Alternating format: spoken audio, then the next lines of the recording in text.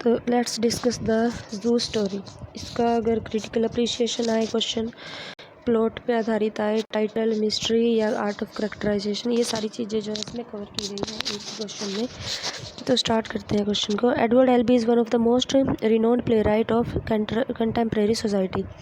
Edward Elby जो है अपने समय के यानी कि समकालीन जो उनके समय की सोसाइटी थी उसमें एक प्रसिद्ध प्ले राइट थे। He is honour not only in his own country USA but all over the world. उनका सम्मान केवल अपने देश यूएसए में नहीं बल्कि पूरे वर्ल्ड में होता था। He started writing plays and stories at a very early stage and now even at the advanced age of 85 he is actively associated with literary activities. उन्होंने बहुत छोटी उम्र में ही स्टोरीज़ लिखना शुरू कर दिया था और अब 85 की एज में भी वो एक्टिवली जुड़े हुए हैं लिटरेरी एक्टिविटीज़ के साथ। He has been conferred with many honours for his literary services. अपनी साहित्यिक सेवाओं के लिए उन्हें कई सारे सम्मानों से नवाजा गया है। The zoo story is one of the most famous works of Elby. जू स्टोरी जो है एल्बी के मोस्ट फेमस वर्क्स में से एक है। It brought in great fame and honour. इसे बहुत सारा प्रसिद्धि और सम्मान मिला है। It is strange that it could not be staged in America and was staged in Berlin for the first time.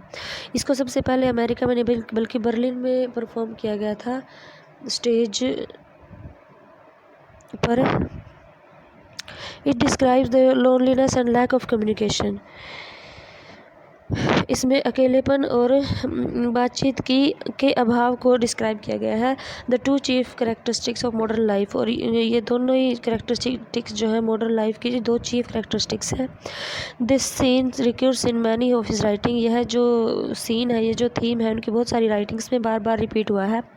Most of the middle class persons have to endure this predicament of modern civilisation but there seems no remedy to it.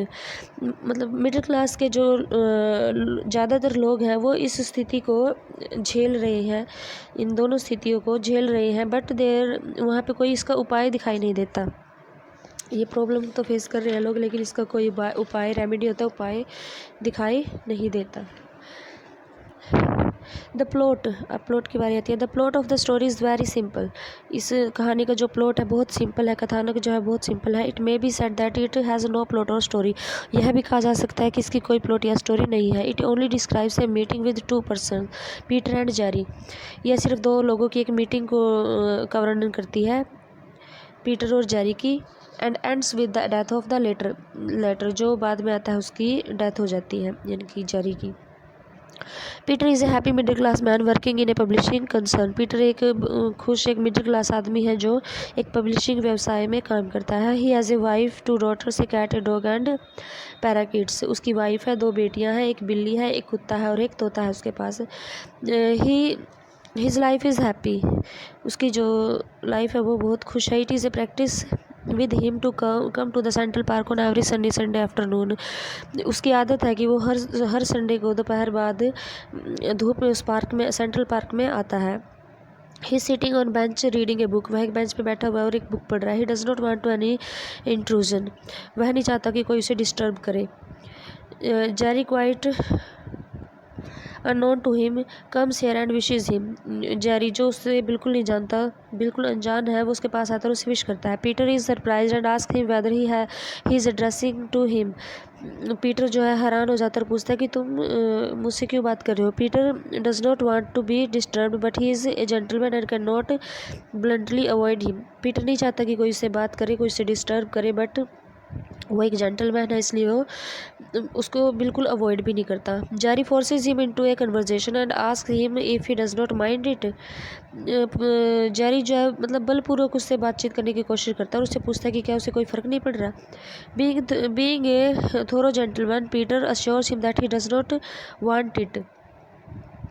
जो Peter है being a gentleman वो उससे कहता है कि वो नहीं चाहता, बड़े प्यार से कहता है कि वो उससे बात करना नहीं चाहता। Then Jerry tells him that he is coming from the zoo. फिर जेरी उसको बताता है कि वो चिड़ियाघर से आ रहा है। He has walked a long distance to cover a short one.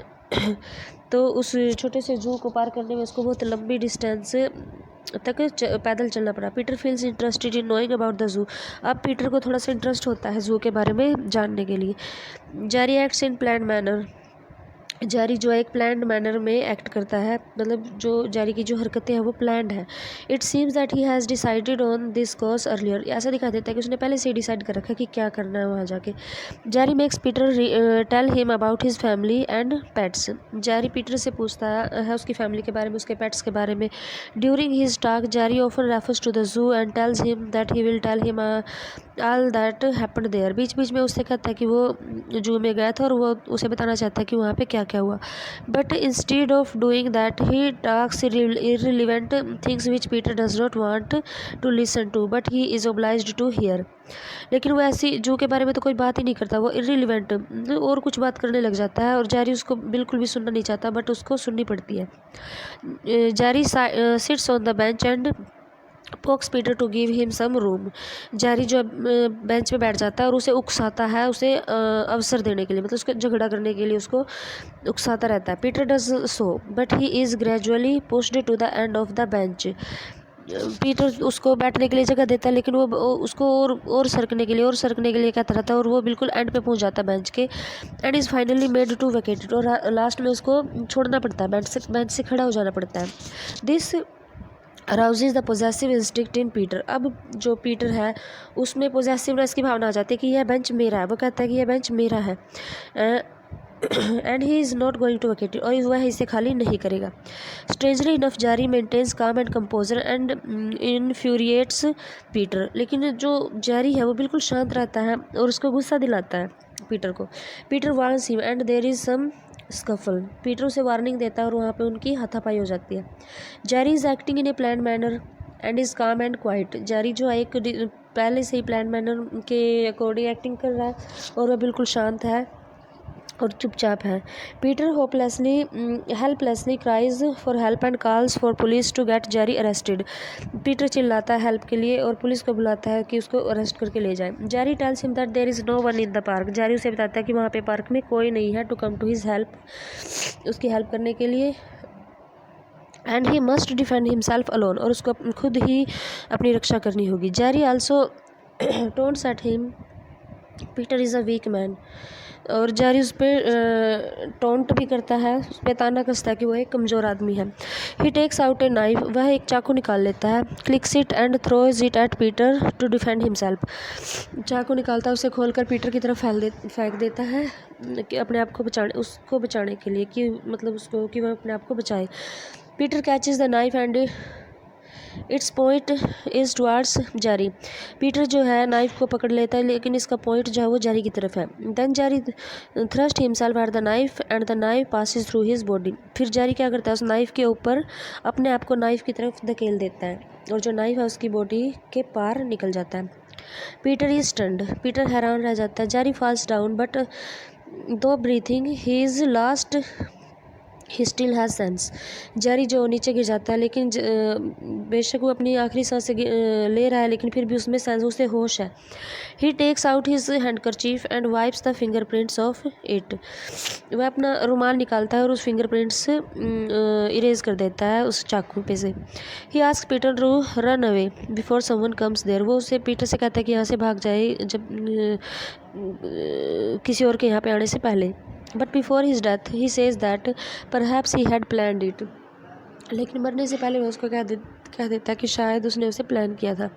The play ends at this point, और यहीं पे प्ले जो है वो एंड हो जाता है। It is clear that play, एक सेकेंड, ठीक है, यहाँ पे जो है ये प्ले जो है वो एंड हो जाता है। आगे क्या है, it is clear that the play the zoo story has no story. यहाँ पे क्लियर हो जाता है कि इस प्ले की कोई स्टोरी नहीं है। It only tells that the zoo animals are kept in cage separately and have no communication with one and other. इसमें सिर्फ जू के बारे में तो सिर्फ इतना बताया गया है कि जू के जो एनिमल होते हैं वो एक पिंजरे में अलग अलग रखे जाते हैं और उनके बीच में कोई कन्वर्जेशन नहीं होती।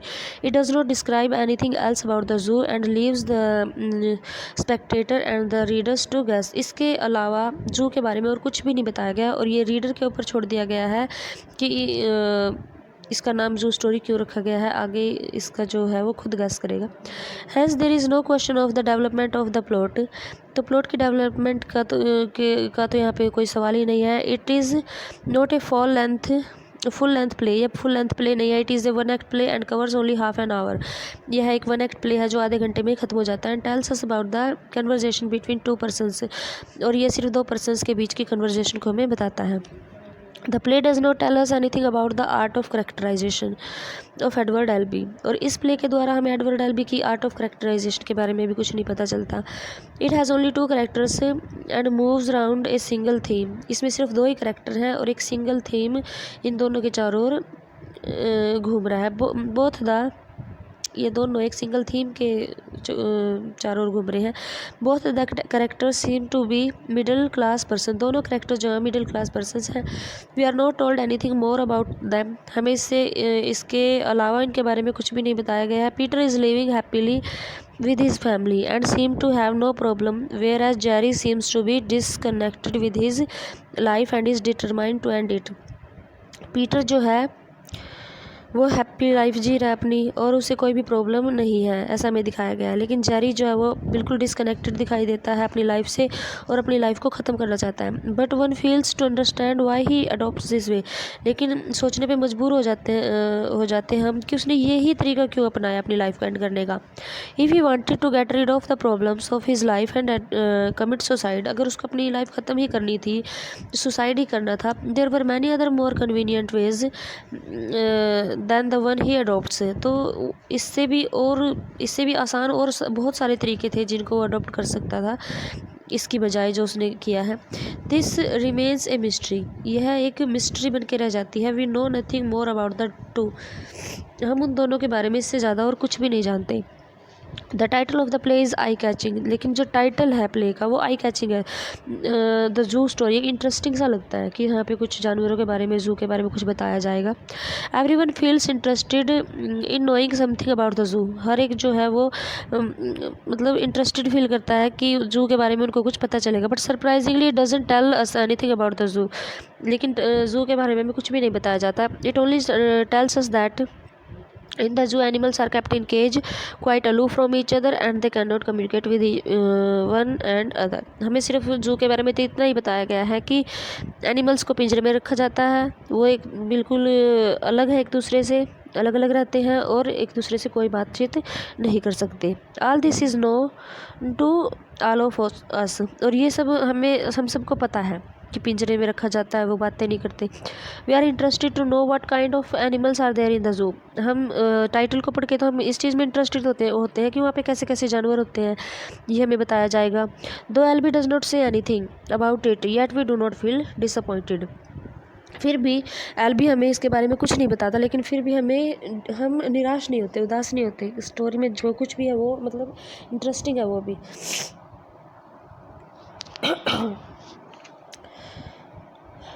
The note of mystery is the chief characteristic of the play. The note of mystery जो है play की chief characteristic है। As soon as Jerry enters the scene and addresses Peter, we get curious to know why he does so. जैसे ही Jerry park में आता है, scene में enter करता है और वो पीटर से बातचीत करना शुरू करता है, तो हम क्यूरियस हो जाते हैं कि वो यहाँ पे क्यों आया है, वो ऐसा क्यों कर रहा है। They are quite unknown to each other, वो दोनों अनजान है एक दूसरे से। And why stranger should try to talk to an unknown person, क्यों एक स्ट्रेंजर जो है एक अजनबी से बातचीत करना शुरू कर देता है। Peter does not want to be disturbed but being a gentleman can not tell Jerry so and assures him that he will not mind having a little talk with the former. जो Peter है वो नहीं चाहता कि कोई उसे disturb करे, लेकिन एक जेंटलमैन होने के नाते वो उसको नहीं बताता, और वो उसको अश्योर करता है कि कोई बात नहीं, थोड़ी बहुत हम बातचीत कर सकते हैं। Jerry ask the question about Peter's family, Jerry Peter की फैमिली के बारे में बात करता है, उसके पेट्स के बारे में बात करता है, हिज प्रोफेशन, उसके प्रोफेशन के बारे में बात करता है, एंड इनकम और इनकम के बारे में बात करता है, which natural evokes suspicion in our mind, और इन बातों से हमारे मन में कहीं ना कहीं एक शंका उत्पन्न हो सकती है कि इससे ऐसी बातें क्यों पूछ रहा है, कुछ तो बात है। Then he forces Peter into a quarrel, फिर वो पीटर को एक झगड़े के लिए फोर्स करता है without any reason and manages to get himself killed. बिना किसी कारण के उसके साथ झगड़ा करने के लिए उसको मजबूर करता है और वो खुद मर जाता है। But all the while the dramatist gives no hint of Jerry's intention. लेकिन इन सब चीज़ों के दौरान ड्रामाटिस्ट ने हमें जेरी की इंटेंशन के बारे में कोई हिंट नहीं दिया। We may only surmise that, हम सिर्फ अनुमान लगा सकते हैं कि he wants to put an end to loneliness की ऑफ हिज लाइफ, कि वो अपने लाइफ के अकेलेपन का अंत करना चाहता था। दो ही मेंटेन्स काम कंपोजर येट, वो शांत रहता है, yet the halting and inconsistent manner of his talk gives us one hint about the disturbed stage of his mind। वो जो रुक रुक कर चलता है और जो अनुचित मैनर है उसका बातचीत करने का, ये हमें एक हिंट देता है कि उसकी लाइफ जो है, उसका जो स्टेट ऑफ माइंड है वो बिल्कुल डिस्टर्ब्ड है। इससे हमें एक हिंट मिल जाता है कि वो उसका जो मानसिक संतुलन है बिल्कुल बिगड़ा हुआ है। It seems that he has concocted all this to end his life। और ये दिखाई देता है कि उसने ये सब कुछ प्लान किया हुआ था अपनी लाइफ का एंड करने के लिए। ये concocted की जगह planned भी लिख सकते हो तुम। There may be a psychological interpretation of the play। और यहाँ पे एक साइकोलॉजिकल व्याख्या, प्ले की साइकोलॉजिकल व्याख्या भी हो सकती है। Latest researches in psychology proved that men often say or talk about things and events that have never happened, not will ever happen। ये जो लेटेस्ट रिसर्चेज हैं उनके अकॉर्डिंग ये प्रूव किया गया है, साइकोलॉजी ने ये प्रूव किया है कि आदमी ऑफन अक्सर ऐसी ऐसी बातें करता है कि जो ना तो होती हैं, कभी हुई हैं और ना कभी होंगी। मनगढ़ंत कहानियाँ, मतलब वो घड़ते रहते हैं। ऐसे बहुत सारे आदमी हैं दुनिया में। Jerry makes repeated references to his company of ladies and to the family and pets of Peter. Jerry जो है वो बार बार रेफरेंस देता है द कंपनी ऑफ लेडीज़ का, फैमिली का और पेट्स ऑफ पीटर, पीटर के पेट्स का। This is very well reflects his longing of the company of ladies and family. तो इससे हमें पता चलता है कि उसकी एक इच्छा थी, उसके मन की कोई अभिलाषा थी कि लेडीज़ की कंपनी और फैमिली। यानी कि एक आदमी का मानसिक संतुलन कब बिगड़ता है? जब वो किसी चीज़ से बहुत ज़्यादा परेशान होता है। परेशान कब होता है? जब किसी चीज़ की बहुत ज़्यादा कमी होती है उसकी लाइफ में। तो इन फैमिली की या लेडीज़ की कंपनी की, इन चीज़ों की जो है जेरी की लाइफ में बहुत ज़्यादा कमी थी, इसलिए उसका मानसिक संतुलन बिगड़ा हुआ था और इन्हीं चीज़ों को वो बार बार रिपीट कर रहा था, इन्हीं चीज़ों के बारे में वो बार बार बातें कर रहा था। Jerry also speaks about his uncomfortable one apartment lodging. और वो बार बार अपने अनकम्फर्टेबल जो अपार्टमेंट है जहाँ पे वो रहता है उसके बारे में बात करता है। This is a grey problem in most of the cities. ज़्यादातर शहरों में ये एक भारी प्रॉब्लम है, जो अनकम्फर्टेबल अपार्टमेंट्स है। वो छोटे छोटे अपार्टमेंट्स होते हैं और उन्हीं के अंदर उनकी जो लाइफ है वो सिमटी रहती है, नेचर से बिल्कुल कनेक्शन नहीं होता। तो ये भी एक बड़ी प्रॉब्लम है। We may conclude that the zoo story is a successful one act play. अब हम निष्कर्ष निकाल सकते हैं कि जू स्टोरी जो एक सक्सेसफुल वन एक्ट प्ले है। दो it does not have any story, इसकी कोई स्टोरी नहीं है। इट इज़ ग्रिपिंग, लेकिन फिर भी है मनोरंजक है। ग्रिपिंग की जगह इंटरटेनिंग या इंटरेस्टिंग कुछ भी लिख सकते हो। It describes the predicament of modern life, loneliness and lack of communication. यह मॉडर्न लाइफ की स्थिति को डिस्क्राइब करता है, अकेलेपन की और लैक ऑफ कम्युनिकेशन, बातचीत के अभाव वाली स्थिति को। The main purpose of the dramatist is to highlight them. और इन्हीं दोनों प्रॉब्लम्स को हाईलाइट करना मेन पर्पस है ड्रामाटिस्ट का। एंड अराउज ह्यूमन कॉन्शियसनेस, और मानव की चेतना को जगाना उसका पर्पस है, उसका लक्ष्य है। तो ये एक क्वेश्चन था, फिलहाल इसको ही अच्छी तरह रीड कर लो।